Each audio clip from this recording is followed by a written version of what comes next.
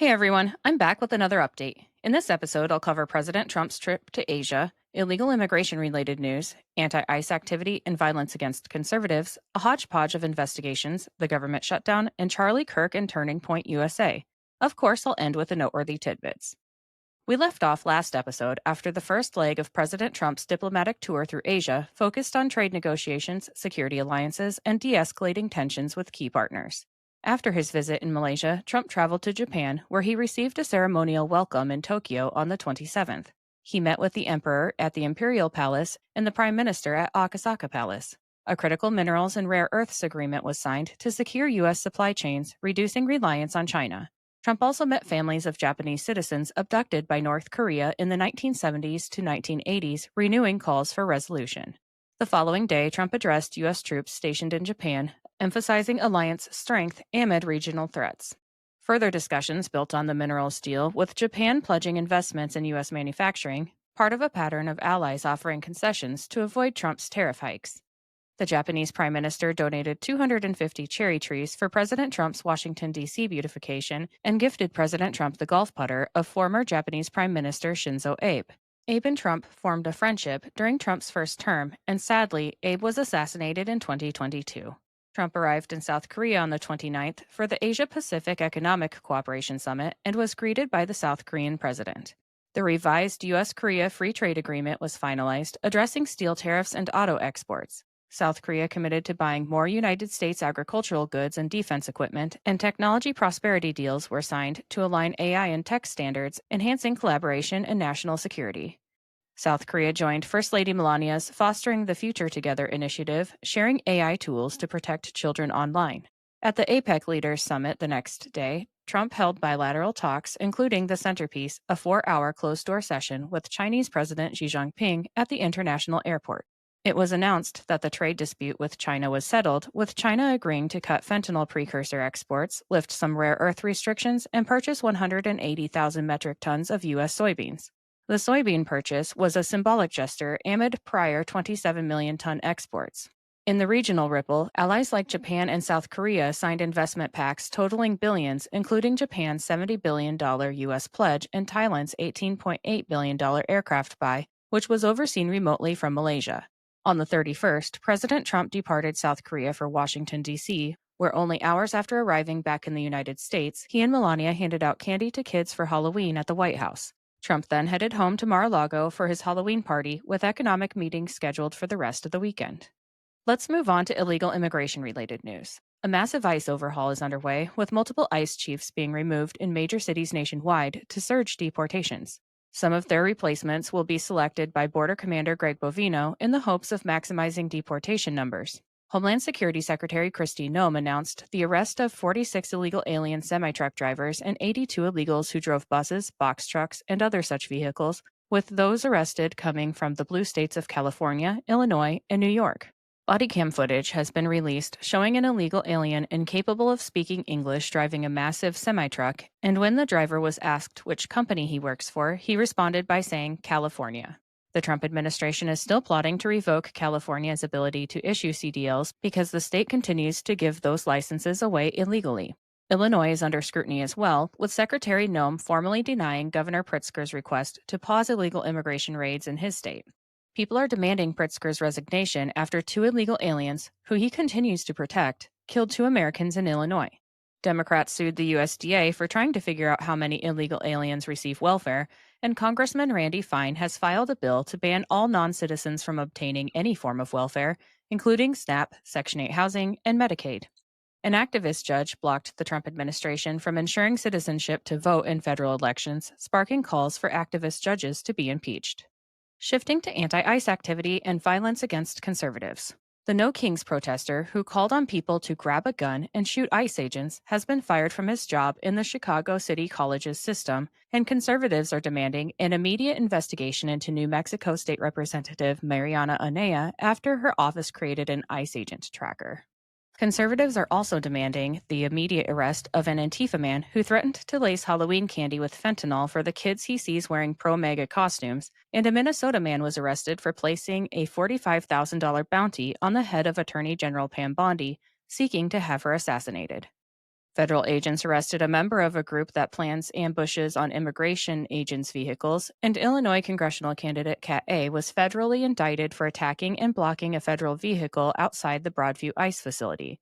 U.S. Attorney Bill Asaley announced federal charges against terrorists who orchestrated ambushes on federal agents by pelting them with bottles, rocks, and objects on fire in California, and Mexican cartels are now offering $10,000 for individuals to shoot U.S. Border Patrol agents.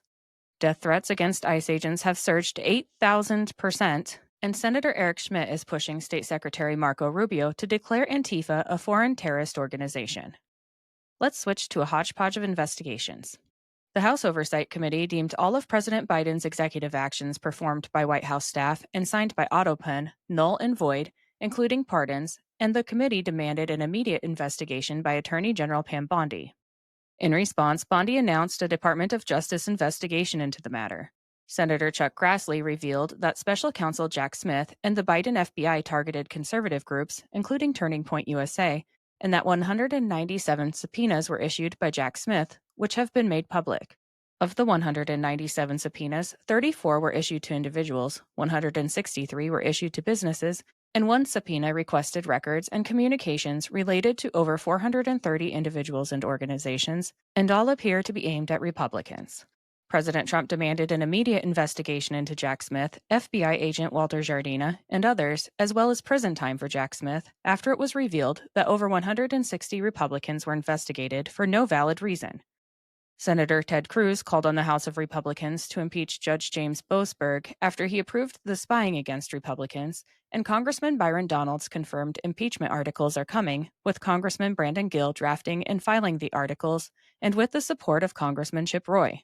Palisades fire victims are officially suing Gavin Newsom in California for negligence and causing the devastating fires. A video has surfaced that shows the fire still smoldering on January 2nd, 24 hours after firefighters said that the fire was fully contained. Since firefighters failed to fully extinguish the fire, embers continued to smolder underground and reignited to cause the Palisades fire. The Department of Justice is investigating Black Lives Matter for potential fraud during the 2020 George Floyd riots because after taking in $90 million, a co-founder bought a mansion.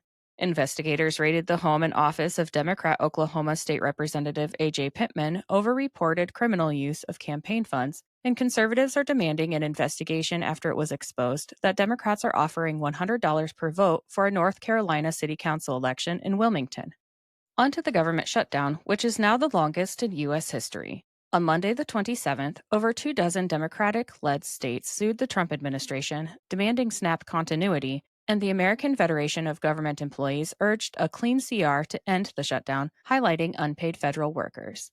The Senate reconvened but failed on another CR vote. The Senate voted on the continuing resolution again on Tuesday, but it failed due to a Democratic filibuster. Senate Minority Leader Chuck Schumer faced backlash for comments downplaying shutdown impacts, such as, "Every day gets better for us," and a federal judge in San Francisco indefinitely halted Trump's plan to lay off about 4,000 non-essential federal workers, calling it unlawful. New York Governor Kathy Hochul declared a food emergency, unlocking $65 million in state aid, and airports rejected a DHS video blaming Democrats for TSA delays.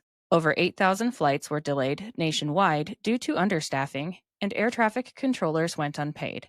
By Wednesday, more states prepared for food emergencies, bracing for the impacts of lost SNAP benefits, and Vice President Vance reiterated that no negotiations will be made until the Democrats reopen the government. On Thursday, the Senate adjourned until Monday, and Trump called for abolishing the filibuster to end the shutdown, pointing out that Democrats would do the same if they were in power. Food pantries reported surges, and the WIC program warned of exhaustion by Friday, October 31st. The Smithsonian Museums also exhausted their funds that day and began closures, and tourism near national parks plummeted. House staff and about 1.3 million Pentagon workers missed their first paychecks, and 2 federal judges, one in Rhode Island and one in Massachusetts, ruled against the Trump administration ordering the USDA to distribute SNAP benefits as soon as possible using contingency funds, citing irreparable harm to families. House Speaker Mike Johnson revealed he and House Republicans are working despite the government shutdown to ensure legislation is ready to be passed as soon as the government reopens. Johnson said House committees have continued to conference and ensure legislation is ready for the floor for action as soon as we get back to legislative session. Let's switch to Charlie Kirk and Turning Point USA. Florida Governor Ron DeSantis announced that he's naming the official state speech and debate prize the Charlie Kirk Prize, and the winner will receive a $50,000 scholarship. DeSantis pointed out that, in his words, Charlie was beating the bushes in Florida for a long time before he became really well known, and we are proud to be able to do this in memory. DeSantis also announced a partnership with Turning Point USA to enable every high school statewide to start a Club America chapter, and Collier County, Florida designated a road as Charlie Kirk Memorial Highway. Turning Point USA has been successful as ever, with their latest event held at the University of Mississippi. There were nearly 10,000 people in attendance, and Vice President Vance gave a speech and held an open dialogue, taking questions from students. As for Charlie Kirk's assassin, the judge is allowing him to wear normal clothing while in court, but he must be restrained. Cameras are also banned from recording him while entering or exiting the courtroom. Now it's time for the Noteworthy Tidbits, which are brought to you today by Quantum Energy Square. Let me tell you about them quick. Sometimes I need a boost before my bike ride, but pounding an energy drink or coffee beforehand just isn't an option. What I love about Quantum Energy Squares is that they're made with 10 grams of plant protein and 100 milligrams of natural caffeine, equal to an 8-ounce cup of coffee. I get the boost I need without having to drink fluids that weigh me down or cause a pit stop during my ride. They have over 2,500 reviews with customers raving about their delicious flavors, like caramel almond sea salt and my favorite, dark chocolate pink Himalayan salt. My discount code gives you 25% off your entire order, and it's currently the best deal available. Just visit quantumsquares.com and enter in my promo code JADE, that's JADE, at checkout. All right, let's get back to the tidbits. Indiana Governor Mike Braun formally called a special session of the legislature to redistrict the state for the 2026 midterms, and it was announced that Indiana State House has the votes to pass their pro-Republican redistricting map. The Kansas Senate has also secured enough votes to call a special session for their new 2026 congressional map, which would eliminate the one remaining Democrat seat, and some southern GOP states are preparing to redistrict their congressional maps in the event that the Supreme Court ends race-based VRA districts. GE Appliance's $3.5 billion investment in United States manufacturing sparked the launch of an American rail line in Louisville, which will transport goods nationwide. Activist Judge Ann Aiken blocked the Trump administration from banning taxpayer dollars from gender identity and transgender indoctrination in education programs. The U.S. Senate confirmed Rebecca Tableson to be U.S. Circuit Judge for the 7th Circuit, Bill Lewis to be U.S. District Judge for the Middle District of Alabama, and Jordan Pratt to be U.S. District Judge for the Middle District of Florida. The U.S. Senate advanced the confirmation of Joshua D. Dunlap to be U.S. Circuit Judge for the 1st Circuit, but unfortunately, a judge disqualified Trump appointee Bill Asaley as acting U.S. Attorney for the Central District of California. Starlink is free to Jamaica and the Bahamas as Hurricane Melissa makes landfall. It will remain free through the end of November and will be a great resource in the aftermath of this disaster. Bill Gates declared climate change will not lead to humanity's demise. Senators Rick Scott, Sheldon Whitehouse, and Tommy Tuberville sought to advance the Sunshine Protection Act via unanimous consent, but Senator Tom Cotton objected, pointing out that children would be forced to commute to school in the dark, effectively killing the fast-track effort. The bill now faces a steeper path, requiring a full Senate debate, vote, and House passage before reaching the president. The Department of War carried out 3 lethal kinetic strikes on 4 vessels operated by designated terrorist organizations trafficking narcotics in the Eastern Pacific. 14 of the 15 terrorists were killed, with search and rescue standard protocols initiated for the survivor. Another strike was carried out in the Eastern Pacific the very next day, blowing up a 5th vessel and killing 4 more narco-terrorists, with no survivors. The U.S. Senate voted to terminate President Trump's 50% tariffs on Brazilian imports, Trump's tariffs on Canada, and Trump's sweeping global tariffs. However, Speaker Johnson has indicated measures like these are dead on arrival in the House. President Trump ordered the Department of War to start testing American nuclear weapons on an equal basis, effective immediately, in response to other nations like China and Russia doing the same. According to the Wall Street Journal, President Trump's team is considering holding a presidential-style Republican National Convention in Las Vegas for the 2026 midterms. The Federal Reserve cut interest rates for the second time, with rates being cut by 25 basis points now at 3.75% to 4%. President Trump called on Virginia and New Jersey voters to vote for Winsome Sears and Jack Ciattarelli. The U.S. Senate voted to unleash fossil fuel development at the National Petroleum Reserve in Alaska, reversing a Biden-era decision. 13.3 million acres will be opened. President Trump set the annual limit for refugees into the United States at 7,500, with most being South African farmers who can easily assimilate. President Trump formally declared Nigeria a country of concern due to the extermination of Christians by radical Islamists, and he asked Congressman Riley Moore, Chairman Tom Cole, and the House Appropriations Committee to immediately investigate the matter. The FBI thwarted a potential terror attack in Michigan, arresting several people. Elon Musk confirmed that the Department of Government Efficiency is still going strong in the Trump administration, but their findings are less publicized. He also reminded everyone that as a special government employee, he could only be there for 120 days. The Trump administration banned reporters from a part of the White House after several members of the media were caught secretly recording audio and video and taking photos of sensitive information without permission. Reporters have also wandered into restricted areas near the Oval Office, spied on private, closed-door meetings, and ambushed cabinet officials after private meetings.